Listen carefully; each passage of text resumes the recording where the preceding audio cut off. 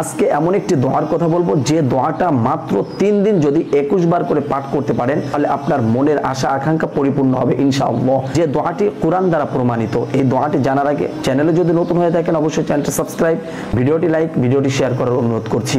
কিভাবে এই আমলটি করবেন?